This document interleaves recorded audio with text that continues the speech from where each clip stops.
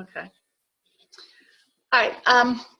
Hi, class. Welcome. I really appreciate y'all being part of our learning experience today. The first thing I want my students to discuss, get into a group, and I would like you, get a notebook and a pencil ready, and I would like you to tell your partner the most interesting or crazy story about your family, your ancestors, and where it happened, like at a celebration, was it a wedding, was it a church? Just, real quick, what's an impression you had about something that happened, some crazy story, a good family story that you have.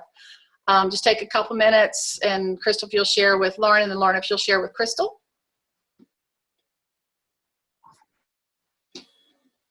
I don't know anything about my crazy ancestors.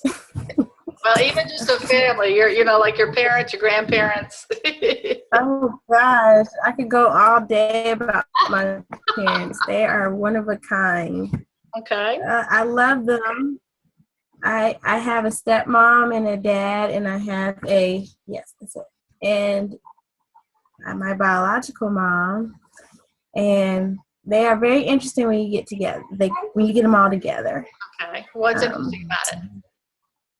They don't get along. Okay, gotcha.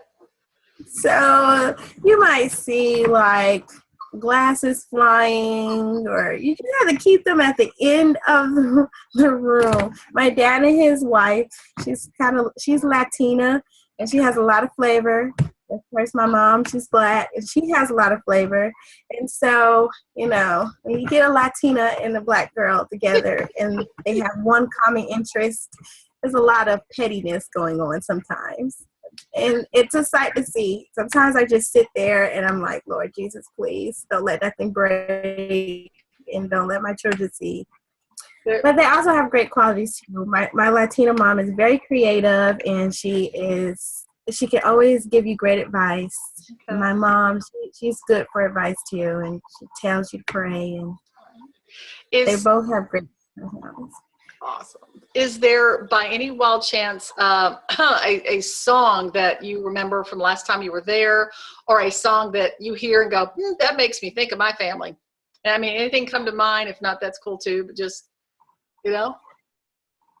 My stepmom is a daddy's girl. Okay. And when her dad married her, me and her became very close. And she would come in my room sometimes, and she would sing that song, "Why Do Birds Suddenly Appear?" Every time. Gotcha. You know that song? I can't remember who sings it, but close to you. I don't remember who sings it, but yes, close to you. Yeah, close to you. Yeah. So she would always sing that and come like bother me while I was in the bed or something, like early in the morning. Okay. Just because, she loved me and I love her too. So that every time I hear that song, or sometimes I'll find myself singing it and I'm like, oh, that woman's crazy. Yeah. It makes me laugh. All right. Well, I appreciate you sharing. It sounds like they should have their own reality show. So. I'm telling you, they should. All right, Lauren, what about you? A family memory, or just something that happens when your family gets together to celebrate, a song that that they play a lot? Just tell us about your family, something y'all do that's fun or crazy, or. Well, my family, everyone can sing, and if you can't, then you better learn how. And everyone can play some type of instrument, and so when we get together at any kind of event, I also have a very large family. Whenever we get together, everyone sings and stuff. But something pretty funny, a crazy story. My dad is a pastor, and my mom, they're no longer together, and my mom was probably the worst pastor's wife ever, but she is super funny and fun to be around. But her best friend's husband was the song leader, and he got up one day to tell everyone to sing a song, but he sang the wrong words or the wrong tune to the words, because we didn't have a piano or church. So her and her best friend started laughing hysterically and couldn't stop, and they were still laughing when my dad got up to preach, and my dad okay, Donna, that's enough, in front of the whole church. Oh, wow. So that was a pretty funny story. And so the song that I think of is How Great Thou Art, because that is the song that he sang, but he didn't sing the right tune. So I can imagine the look on her face. well, that just made it worse, and she laughed even harder, and she had to walk out. So Oh, wow.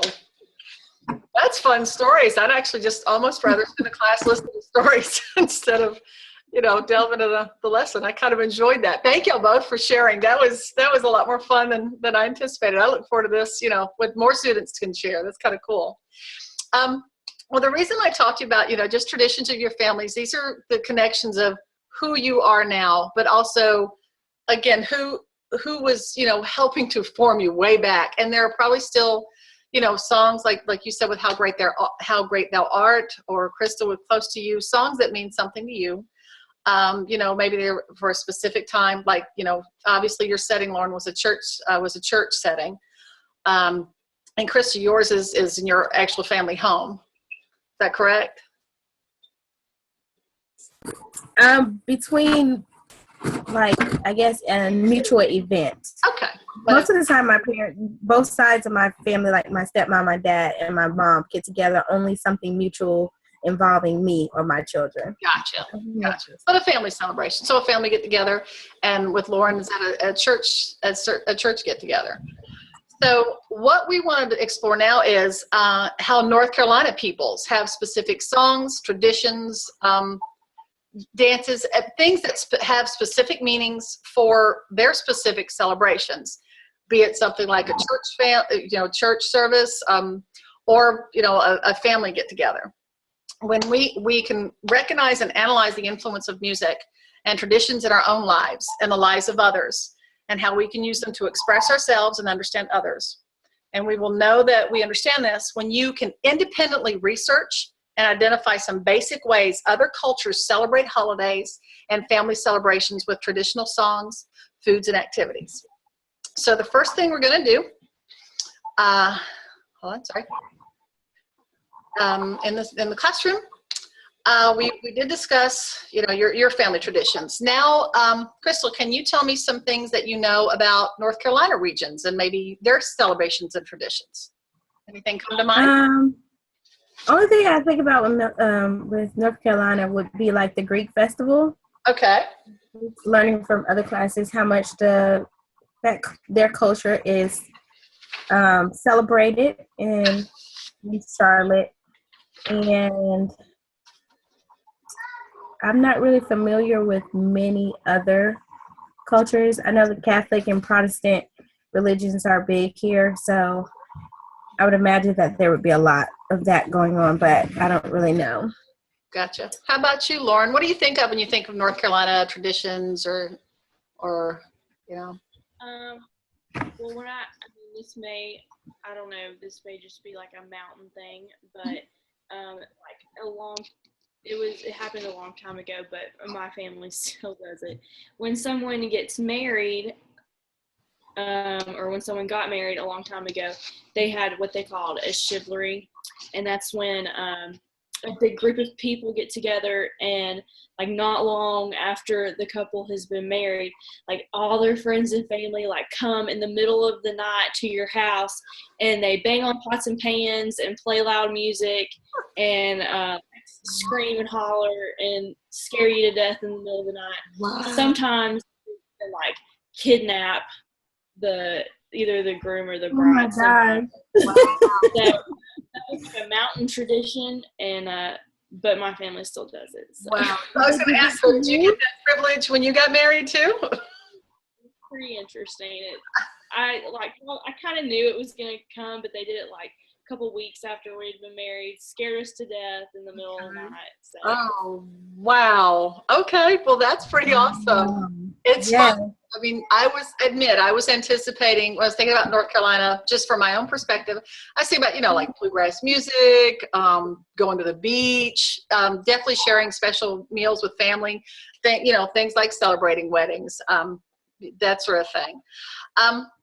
Now, I'm going to, was looking for some books to go along with this, because what we're specifically going to focus on today are a couple of Cherokee Indian traditions and compare them to what we just talked about with your own family traditions. Some songs that mean something to them. It's not necessarily wedding celebration, but I am glad you brought that up, Lauren, because that was kind of in the mix and some things I want to be looking at. I'm going to read you a story from a traditional story from a Cherokee tribe. I want you to pay particular attention to words or phrases that are unfamiliar, but may be key parts of the Cherokee culture and celebration. You can jot these down in your notebooks as I read this legend. It's called a Cherokee myth. Possum loses his hair. Just as their forefathers did in the past, Cherokees today enjoy telling stories. Many of these myths usually have a moral for young ones to learn. Possum had a long, bushy tail. He was very proud of it, combing it out every day. If anyone came over to his house, he would show off his tail right away. Coyote didn't like this. Everyone laughed at Coyote's tail. They said it was all scratchy and full of weeds and dirt. One time, the animal people decided to have a council and a big dance. They told Coyote to spread the news. Coyote went to see Possum. Possum said, "It must be where everyone can see my fine tail. I will dance with my tail if you give me a special place." "You come along then," said Coyote. "We'll have a special place for you. I will even send Cricket over to comb your tail." Let's see. Possum was very pleased with this offer. Coyote went over to see Cricket and they had a talk. Cricket was the best hairstylist anyone knew. In the morning, Cricket went over to see Possum and told him he was there to fix up his tail for the dance. Possum stretched out and Cricket went to work. When he was all through combing and smoothing the hairs, he wrapped up Possum's tail in a bright red string. So Cricket said, "Possum, the string will keep the hair smooth until the dance. When you get to the council, it's time to dance. Then you can take the string off." When it was that night, Possum went to the lodge where the dance was to be and found the best seat was ready for him. When it came his turn to dance, he loosened the string and stepped out in the middle of the floor. The drummers began drumming, and Possum began singing, "See my beautiful tail." Everyone shouted as Possum danced around and around. "See how fine it is." The people shouted more loudly than before and began laughing. "Look how it sweeps the ground." But all the people were laughing at Possum, and Possum was wondering what that meant. He stopped dancing and looked around the circle of animals. They were all laughing at him. Then he looked at his tail. There wasn't any hair on it at all. His tail looked like Lizard's tail. Cricket had cut off all the hairs at the root, and now they were scattered all over the dance floor. Possum was so astonished and ashamed that he didn't say anything. He rolled over on his back and grinned silly at everyone. To this day, that's what Possum still does when he's caught by surprise. So in this story, Lauren, what were a couple things that just kind of grabbed your attention? Well, the fact that that's why it explained why possums today have bare tails, and also why they play dead. Yeah, there you go. How about you, Crystal? Anything jump out?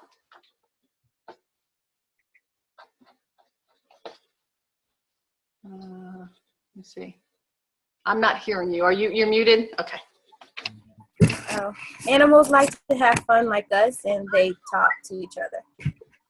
That's good. That was actually the point I was going to make next. Why do you think the Cherokees used animals to tell their stories?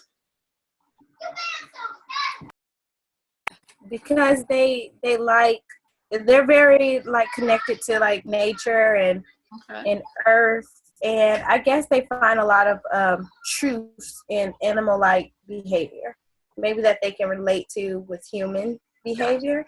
Yeah. So. Yeah, I got you. I do like that they connect it to human behavior. And I like what Lauren said too. It gives them an explanation as to why Possum doesn't have hair in his tail, and why he rolls over and onto his back and pretends to play dead. So, what do you know about Cherokee dances? They're colorful. Okay. They're colorful. What else? Their dances are very specific. There are actual dance moves, whether we can tell it or not. step is, planned and choreographed. And Yeah. it's very important. They mean something as well. Exactly. That's a really good point. I mean, you mentioned the traditions y'all had, with your family and the mountain traditions of weddings, and they have, you're right, a very specific tradition that's tied to very, spiritual celebrations, that sort of thing. Because we were talking about North Carolina, and we actually do have in Cherokee, North Carolina, I'm going to show you 2 quick videos. One of them is a local bluegrass festival in Nashville, and one is an actual Cherokee dance.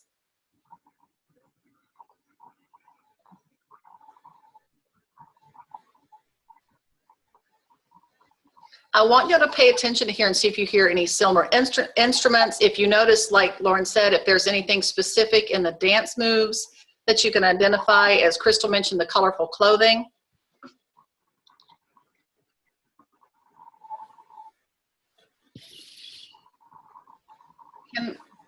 Hold on a second. I need to share my screen. Can y'all see that? Yep.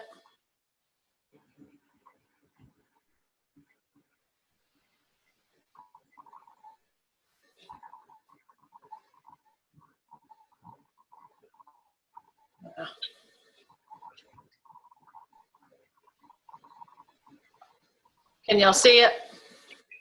No, not yet. Okay.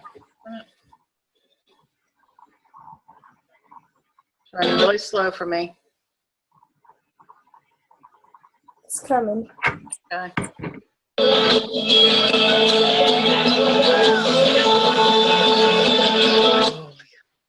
Whoop. And then it froze again. Is that the Cherokee celebration you said? This one should be the bluegrass one. Okay, yeah.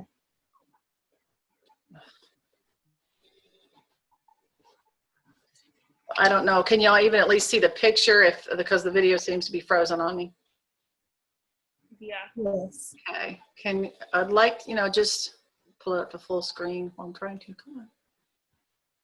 If y'all can just, notice anything about the shirt, the clothing that they're wearing.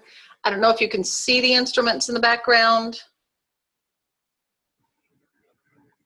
Is that a heart way in the back somewhere, or is that a picture? I think you could be right about that. Good point. I was hoping we could hear it. We could identify it. That's really good. The harp, they definitely have microphones. Uh-huh. And they have speakers. Okay. Why do you think they have those? What's that? You said a banjo, Lauren? Yeah. Good job. Yeah. Yeah. And basically, and you see, the costumes. I mean, granted, the guys seem to be in jeans, but like the women all, seem to have dresses on. They're colorful and good for dancing. So I'm going to escape this one and try to see if I can get. My stepmom, she does vlogging. Does she? All right, let me pause this. Actually, my family do that, but they wear like a certain type of shoe. Like the girls, they look like cowboy boots. They have like something on the bottoms that like make them clog better. Okay. And they do like costumes when they go clog. Okay. That they have to wear. So. And you said certain costumes, and they learn certain specific dance steps. Is that, or do they, when they clog, who teaches them, or how do they decide what dances to do? Well, they go. There's like a group of them that they like take some classes, but eventually, when you learn to clog, like you learn some different kinds of steps, and eventually you get to the point where you can like just hear music and learn to go with the beat without it being everyone, like exactly the same. So it's pretty interesting. All right, awesome. That sounds. Now, have you gone to see them perform too? Oh yeah. Okay. Is that a big requirement? You have to go see them perform. Many times. Do you clog, Lauren? No, I'm not a dancer. I'm just a singer. All right, I'm going to try to pull up the Cherokee one. Hopefully it will. cooperate with me. Come on, precious.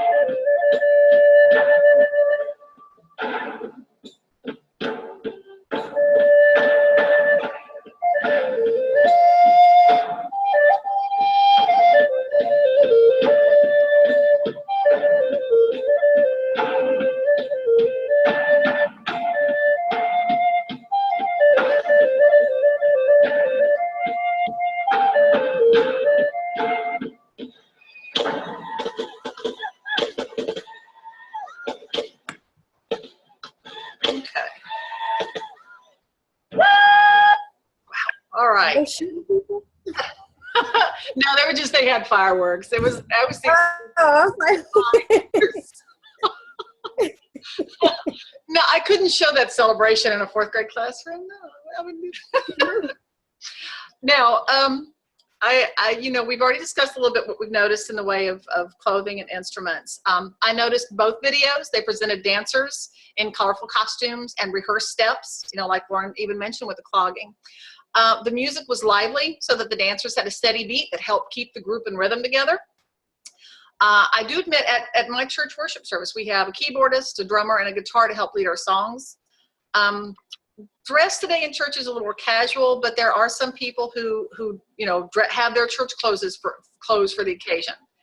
And another example, at the St. Patrick's Day Parade, I saw many bands with bagpipes and drums to accompany their dancers. So there are some similarities, it seems, no matter the culture, no matter the time period, between the use of lively music for their dancers, excuse me, and rehearsed steps for their dancing as well. The last thing I'm going to do before we're in class today, I'm going to pull up a website here, and I want y'all to write just a brief paragraph about your findings. Your choices can be Cherokee instruments, vocals and music in their celebrations, possible other influences on their music.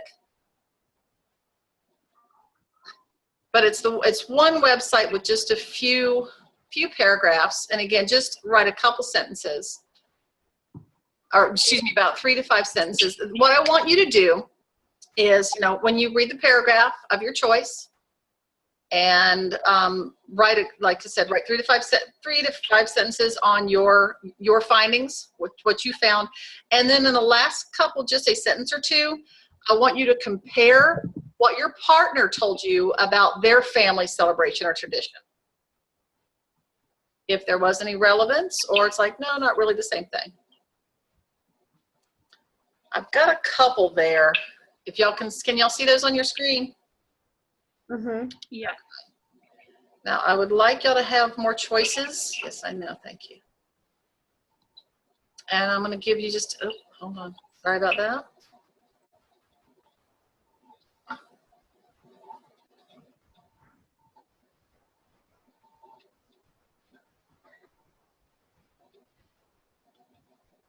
But I'm trying to pull it up where y'all can see more. Seriously.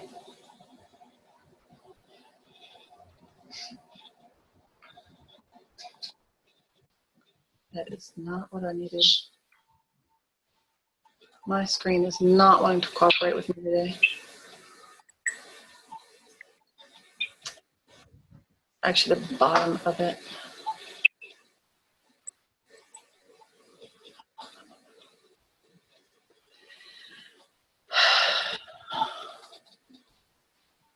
Well, sorry, that's not what I had there. You don't want to know how to buy a fishing permit, I doubt.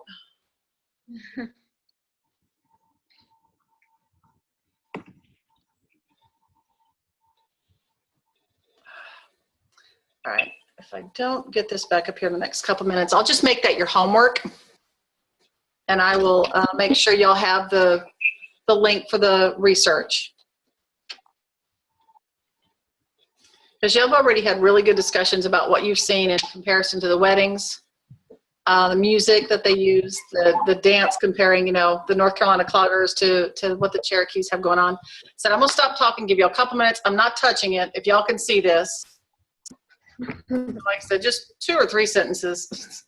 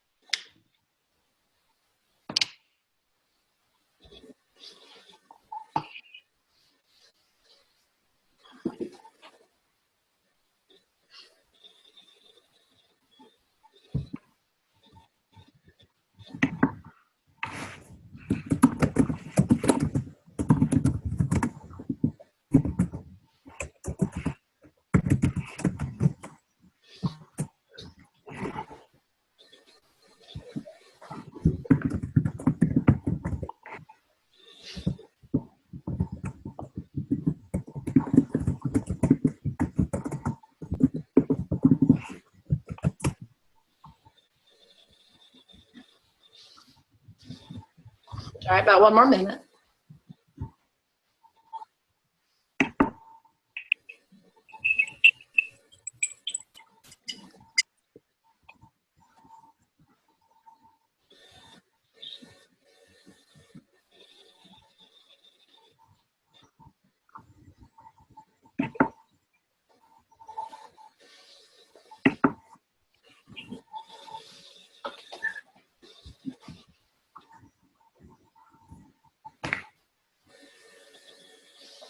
All right, you ladies about done? Mm-hmm. Okay, excellent. Lauren, will you share with us real quick first just a sentence and something that you feel like it compared to what you've learned today? Well, it talked about the importance of vocals in the traditional music, and I think that that's similar in our own culture and community. Like you mentioned how important the songs were in your church. You know, in fact, your story, one of your stories had to do with the song being wrong. And Yeah. how everyone responded to that. So it was important that song was right because it was traditional and a well-loved hymn like that. It's a good point. I appreciate you finding that connection. Good for you. What about you, Crystal? The instruments played in Cherokee music talked about how the Cherokee music is still being passed down for all generations and being used in different types of genres of music like bluegrass and rock and roll. And I just connected that to our lives because you'll see different types of genres in all types of music crossing. There are Christian artists that use secular songs in their music to redo and things like that. Rock and roll artists sing on different songs for other people, so it's just a different cross. And then traditions of music being passed down a generation. I'm still singing songs that my parents sung to me. And every time I think about that Close to You song, I sing it and my children sing it. So it's like it's being passed down. Yeah. Generations. It has a connection. All right, awesome. I really appreciate both of you sharing. Thank you for being part of my class today. And I'm going to stop sharing the screen and stop recording. As I pull my Zoom back up.